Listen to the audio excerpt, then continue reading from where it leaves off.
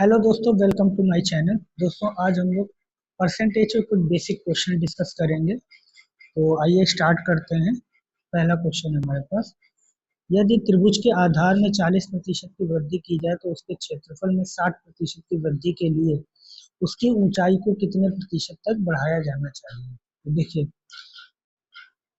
अगर पहले हम इसको फ्रैक्शन वाले मेथड से करते हैं, 40% की फ्रैक्शन वैल्यू क्या हो जाती है, 2/5। तो वृद्धि करी जानी है तो 5 से 7 हो जाएगा। ये त्रिभुज का आधार है। ठीक। फिर 60% की फ्रैक्शन वैल्यू क्या हो जाती है, 3/5। तो क्षेत्रफल में फर्क कितना हो जाएगा, 5 से 8। ये इसका एरिया है। ठीक है, ये बात समझ में। तो ऊंचाई में क्या फर्क पड़ेगा, देखिए, अगर एरिया का जो कर फार्मूला होता है तो एरिया बराबर होता है 1/2 बेस इंटू हाइट। तो हाइट अगर निकालना है तो हमें बेस से डिवाइड करना पड़ेगा, तो एरिया को बेस से डिवाइड करना पड़ेगा। 1/2 से भी हमें कोई मतलब नहीं है, क्योंकि हम रेशियो में बात कर रहे हैं। तो अगर एरिया निकालनी है तो 5/5। ठीक। यहाँ 8/7।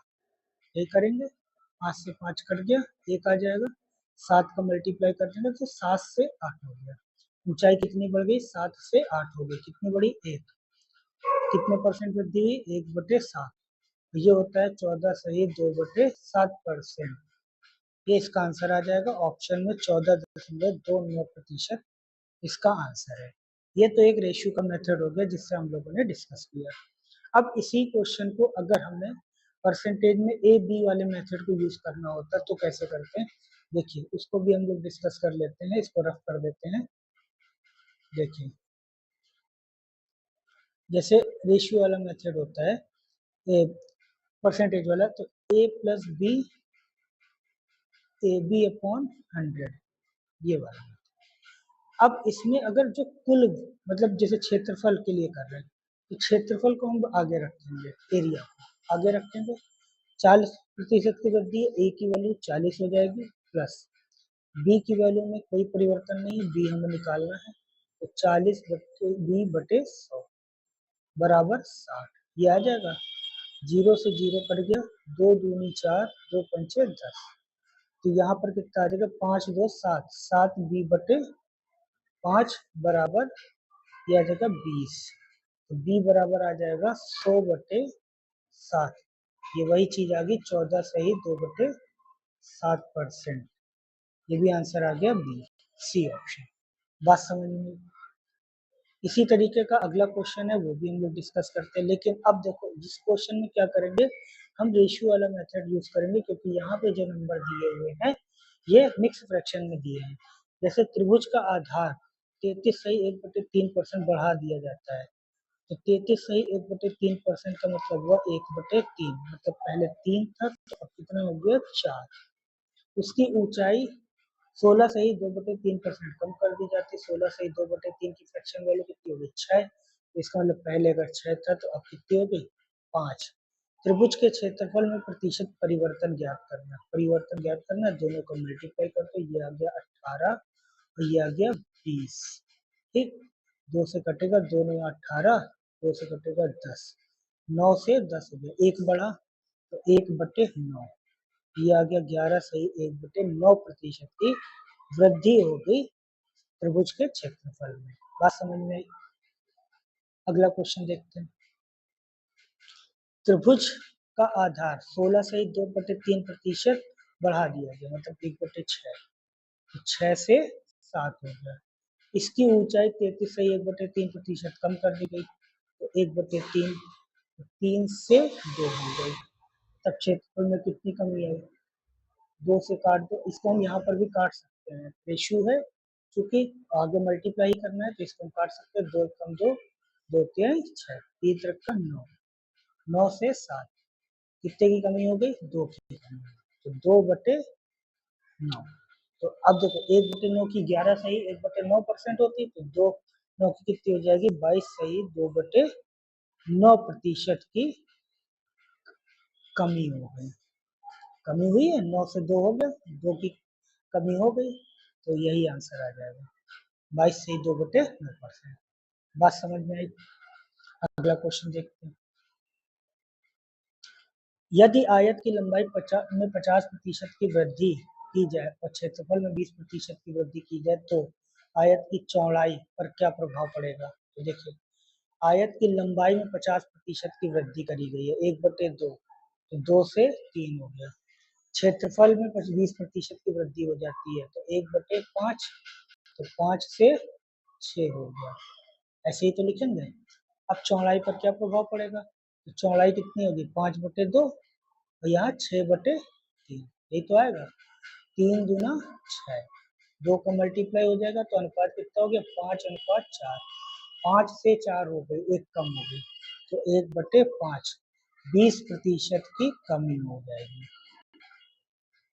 ठीक, 20% की कमी, डिक्रीज, ए ऑप्शन। क्लियर? अगला क्वेश्चन देखते हैं हम लोग।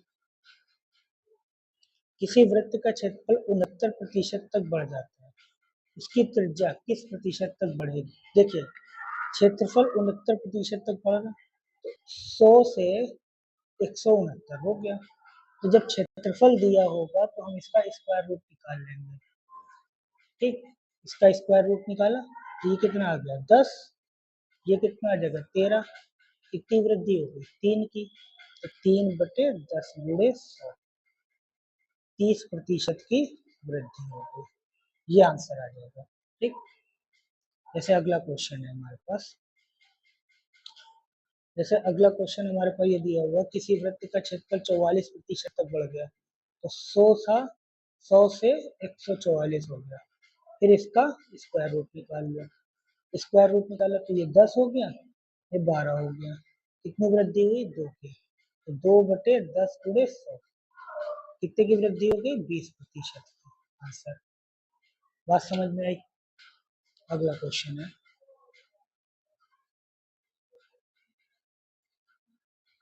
यदि किसी वर्ग का क्षेत्रफल 32.25% बढ़ा, तो 32.25 बढ़ा, पहले 100 था। ठीक, तो 100 था, अब कितना हो गया? 132.25, ये तो हो जाएगा। अगर इसमें 100 का मल्टीप्लाई कर दें तो ये हो जाएगा 10,000 और ये हो जाएगा 13,225, ये आ जाएगा।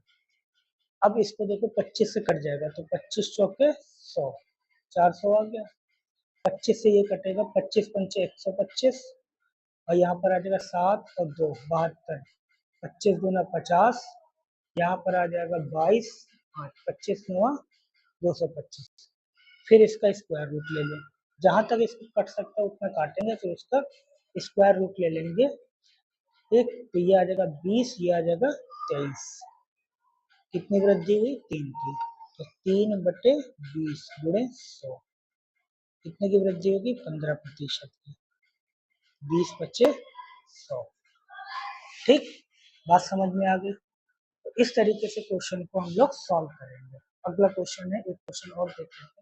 यदि वर्ग का क्षेत्रफल 19% तक कम हो जाता है, पहले 100 था, अब 19% कम हो गया, तो अब बचा 81।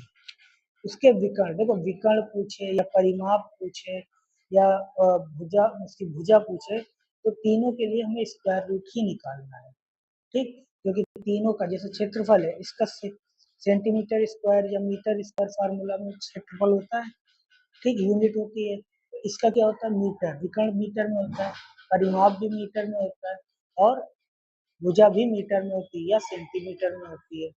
बात समझ में आई? इसलिए अंडर रूट ही निकालेंगे, तो ये आ गया 10, ये आ गया 9, 10 से 9, एक की कमी होगी, 1/10 गुणे 100। कितने प्रतिशत की कमी हुई? 10% की कमी भुजा में, विकर्ण में। बात समझ में आ गई? एक क्वेश्चन और देखते हैं। एक घनाभ की लंबाई 20% बढ़ जाती है, चौड़ाई 30% बढ़ जाती है, ऊंचाई 50% कम हो जाती है, आयतन पर क्या प्रभाव पड़ेगा? देखो, घनाभ की लंबाई 20% बढ़ी, तो 1/5, तो 5 से 6 हो गई।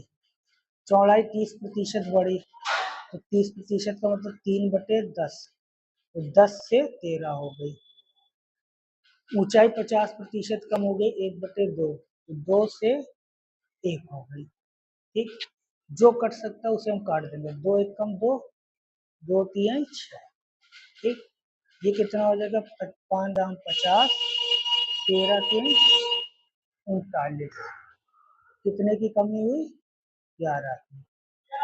किस पे कमी हुई, 50 पे, गुणे 100, ठीक, 50 गुना 100, 22% की कमी हो गई आयतन में।